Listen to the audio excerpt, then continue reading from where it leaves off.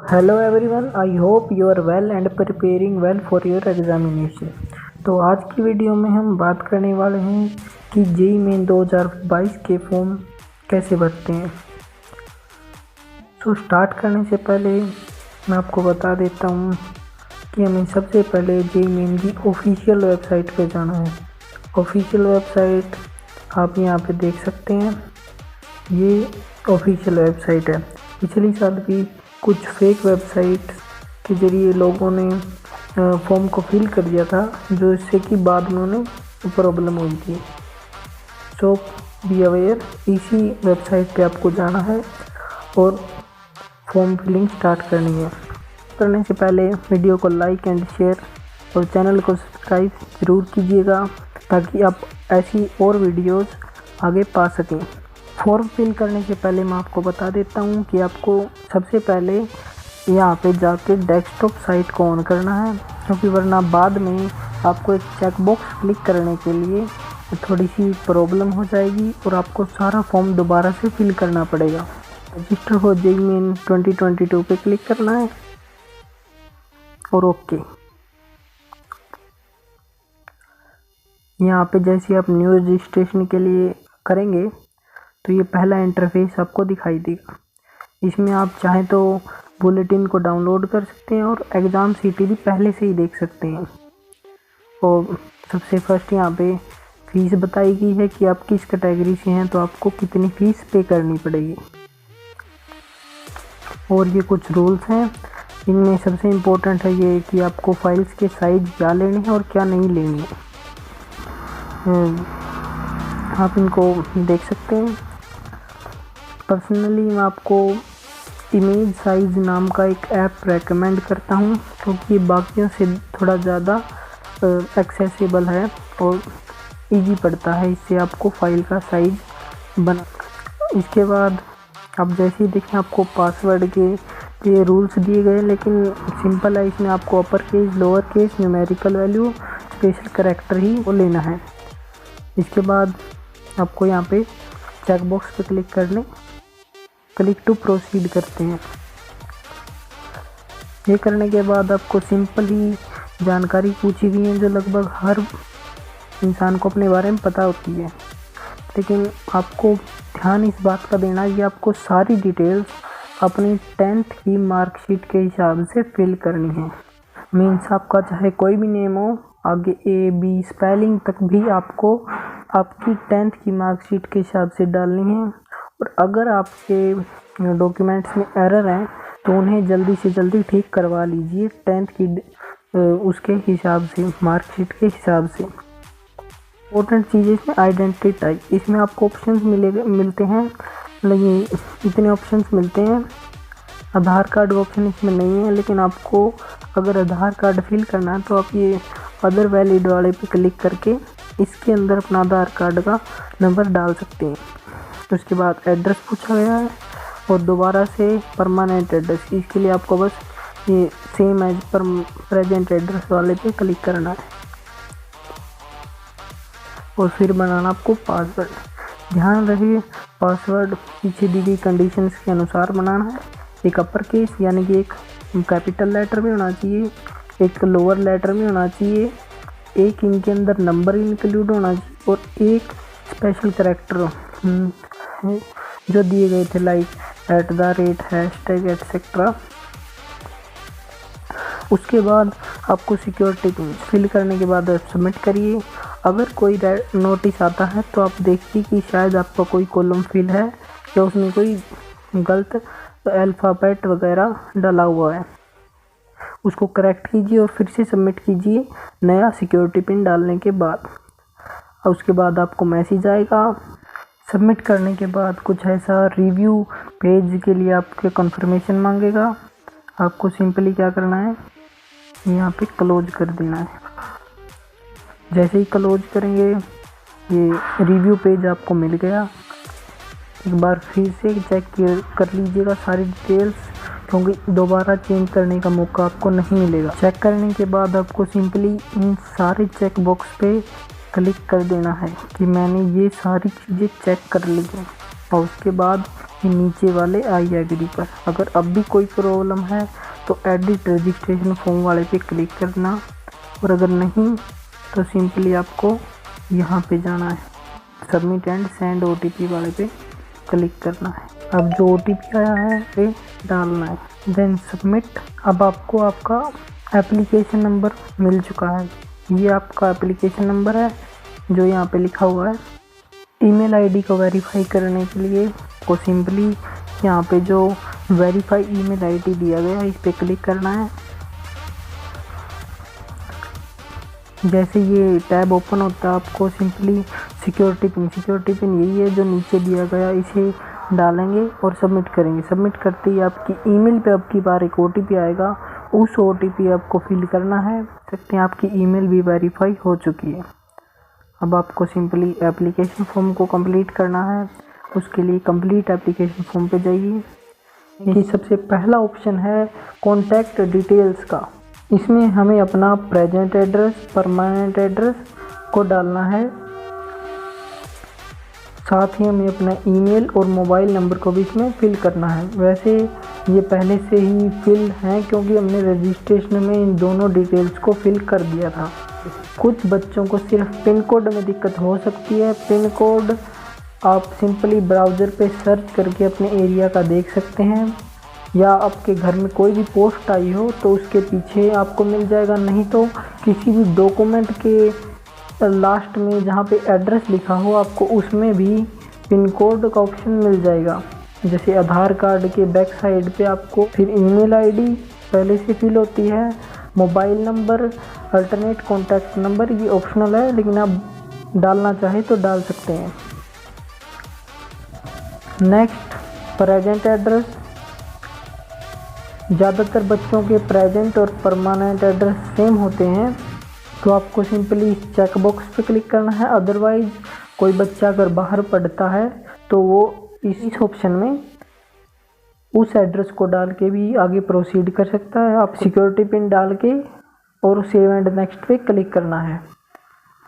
As we move on the next, personal details के लिए है name, date of birth and gender already पहले से ही फिल है। हमको father name, mother name, again nationality, state का पूछा गया है, जिसमें सिंपली कहा गया कि आपने 12th कौन से स्टेट से की है। कुछ बच्चे अपने स्टेट से बाहर 12th करते हैं, ज़्यादातर जैसे कोटा जाते हैं तो वो यहाँ पे राजस्थान डाल सकते हैं। अगर 12th का स्टेट यहाँ पे डालना है। कैटेगरी में option general, ST, SC, OBC, non creamy layer and EWS का ऑप्शन आपको मिलता है। EWS का सिंपल मीनिंग है economic weaker section in general, इसका भी एक कोटा होता है। OBC NCL आपकी सिर्फ सेंट्रल लिस्ट में होना चाहिए। कुछ ऐसी कास्ट हैं जो सेंट्रल लिस्ट में तो OBC की कैटेगरी में आती हैं और लेकिन स्टेट में नहीं आती, इससे कोई फ़र्क नहीं पड़ता। और कुछ ऐसी कास्ट हैं जो सेंटर में OBC में नहीं आती लेकिन स्टेट में आती हैं, तो ऐसे बच्चे कृपया ध्यान दें। आपको OBC सर्टिफिकेट अगर आपके पास है तो ही आप इसके लिए एलिजिबल हैं। तो इसे फिल करने के बाद हमारा नेक्स्ट ऑप्शन है कि क्या आप फिजिकली डिसेबल्ड हैं। PW का सिंपल मीनिंग यही होता है। तो और अगर आपके अंदर डिसेबिलिटी है तो वो 40% से ज़्यादा की होनी चाहिए। आपको लेटर उसके लिए सर्टिफिकेट भी अपलोड करना होगा, तो सिंपली अपने अकॉर्डिंग आपको ऑप्शन फिल करना है। देन क्या आप डायबिटिक हैं, तो option place of resident simple means आप गांव में रहते हैं या शहर में रहते हैं, मीन्स रूरल और अर्बन। वाले रूरल डालेंगे और शहर वाले अर्बन डालेंगे। Next option is annual family income certificate है, आपको ये उसके अकॉर्डिंग फिल करना है। इसमें ऑप्शंस दिए गए हैं, जैसे first option is up to 1 lakh, then up to 2 lakh, 3, 4, 5, 6, 7, 8 and above then that. आपको इसके अकॉर्डिंग आपका इनकम फिल करना है। देन मोड ऑफ प्रिपरेशन, इसके लिए हमको ऑप्शन दिए गए self study, tuition, online coaching and others. Then next आपका मीडियम ऑफ स्कूलिंग, मतलब आपने जो 12th आप कर रहे हैं वो कौन सी मीडियम से करें। लास्ट ईयर से हमें अपनी रीजनल लैंग्वेज में भी एग्ज़ाम देने का मौका दिया गया है। थर्ड ऑप्शन है हमारा कि हमें आधार कार्ड की डिटेल्स डालनी है। नेक्स्ट ऑप्शन है हमारा exam and centre related. I hope आप सबको पता होगा कि जेईई मेन एक ही साथ 3 एग्ज़ाम कंडक्ट करता है, paper 1, paper 2A, paper 2B। 1 for BTech, second for architecture and third for bachelor of planning. अगर आप इनके लिए भी फॉर्म फिल करना चाहते हैं तो आपको सिंपली इन चेक बॉक्स पे क्लिक करना है। देन नेक्स्ट ऑप्शन है सेशन कौन से के लिए आप अप्लाई कर रहे हैं। अब की बार आपको सिर्फ 2 ही सेशन दिए गए हैं और दोनों सेशन में आपको दोबारा से फॉर्म फिल करना पड़ेगा। जैसे कि अब ज़्यादातर बच्चे इसे सेशन 2 के लिए देख रहे होंगे तो यहाँ पे सेशन 1 की जगह सेशन 2 दिखा आपको मिलेगा। नेक्स्ट ऑप्शन है क्वेश्चन पेपर का मीडियम क्या है। आपके एग्ज़ाम सेंटर की चॉइस फिल करनी है। आपके पास 4 चॉइस हैं। आपको पहले स्टेट सिलेक्ट करना है और फिर उसका डिस्ट्रिक्ट सिलेक्ट करना है। नेक्स्ट ऑप्शन हमें पूछा गया है कि फादर की या गार्डियन की ऑक्यूपेशन क्या। ऑक्यूपेशन सिंपली मीन्स कि आपके पेरेंट्स काम क्या करते हैं। फादर मदर दोनों के लिए पूछी गई है और क्वालिफ़िकेशन की उन्होंने पढ़ाई कितनी की है। Next option is qualification details. इसमें आपको आपकी 10th और 12th की फुल डिटेल्स को फिल करना है। कि 10th वाले में फर्स्ट ऑप्शन है पास स्टेटस। एब्सोल्युटली सबको पास होना पड़ेगा। ईयर ऑफ पासिंग बताना है। क्वालिफाइंग एग्ज़ाम, इसमें सिंपली आपको एक ही ऑप्शन है कि 10th और इक्विवेलेंट। अगर आपका स्कूल शहर में है तो आपको अर्बन क्लिक करना है और अगर आपका स्कूल गांव में ही है तो आपको रूरल क्लिक करना है। टाइप ऑफ स्कूल में आपको देखिए इतने सारे ऑप्शन मिल जाते हैं। इनके हिसाब से आपका जो स्कूल है आप वो इसमें सबमिट कर सकते हैं। आपका CBSE स्कूल है, गवर्नमेंट एडेड प्राइवेट है, गवर्नमेंट स्कूल है, जवाहरलाल नवोदय विद्यालय वाला है, केंद्रीय विद्यालय वाला है, एकलव्य मॉडल वाला है, या ओपन से आपने आपकी 10th की है। एंड अगेन आपने किस स्टेट में की है, किस डिस्ट्रिक्ट से की है, कौन से बोर्ड से की है, आपका रिजल्ट का मोड क्या है। 2 तरीके के मोड होते हैं। एक परसेंटेज वाला होता है, CGPA वाला।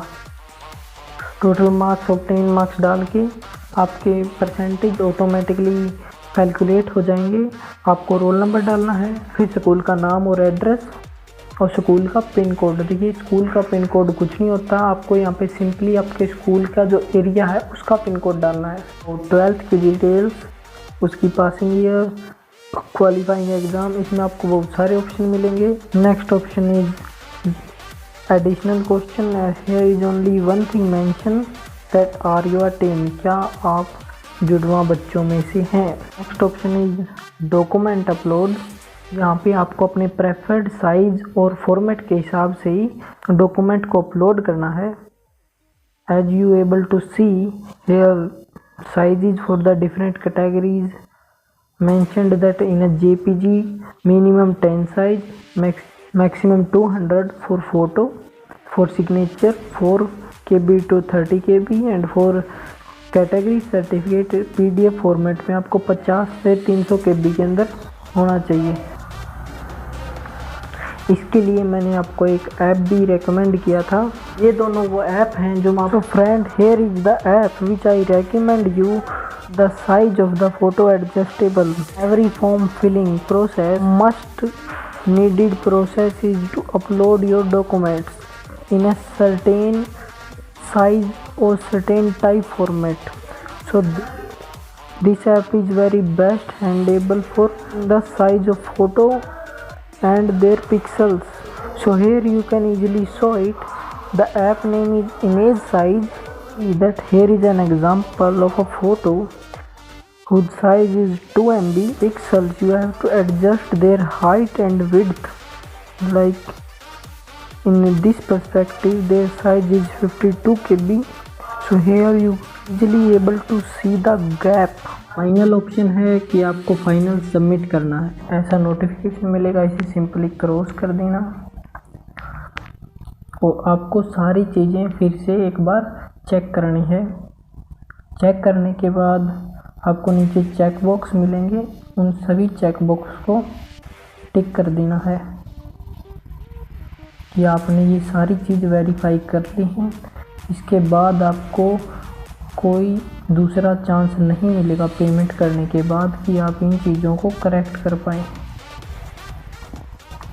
कैटेगरी सर्टिफिकेट में मैं आपको एक बात फिर से बता देता हूँ कि कैटेगरी सर्टिफिकेट आपका जो भी है वो 1 जनवरी बाद का होना चाहिए। अगर नहीं है तो आपको उसकी जगह पे आपका OBC लीव का सर्टिफिकेट अपलोड करना होगा, जो आपको जेईई मेन के ब्रोचरी में आपको दिया गया है। आपको उसे फिल करना है और फिर उसे अपलोड करना है। उसमें सिंपली ये बताया गया है कि आपका जो नया OBC का सर्टिफिकेट है वो काउंसलिंग से पहले जमा करवा देंगे। इन सब के बाद फाइनल सबमिट पे आपको क्लिक करना है and the last option here is fees payment. अब भी अगर आपकी कोई करेक्शन रहती है तो आप एडिट एप्लीकेशन फॉर्म से उसे करेक्ट कर सकते हैं, अदरवाइज आप पे एग्जामिनेशन फीस पे क्लिक करें। ओनली वन ऑप्शन है कि आप ऑनलाइन ही पेमेंट कर सकते हैं। यहाँ पे आपको इतने सारे ऑप्शन मिलते हैं, आप अपने बैंक के हिसाब, क्रेडिट कार्ड, UPI पिन, जिस मोड से आप पेमेंट करना चाहें कर सकते हैं।